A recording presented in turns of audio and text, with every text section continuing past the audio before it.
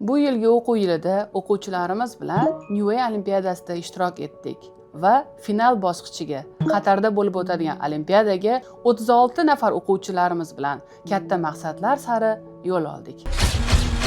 Eng faxrlanadigan joyi shunda ediki, O'zbekistondan kelgan barcha ishtirokchilar ichida maktabimiz ham son, ham natija sifatida eng yuqori darajani ko'rsata oldik.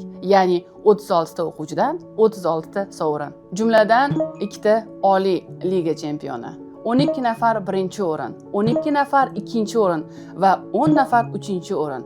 Ushbu olimpiadada shaxsan o'zim ishtirok etib, ustozlarimning mehnati, o'quvchilarimning shijoati va erishilgan yutuqlarni ko'rib, yanada yuqori maqsadga erishish uchun jahon olimpiadalarida qatnashishni maqsad qildim.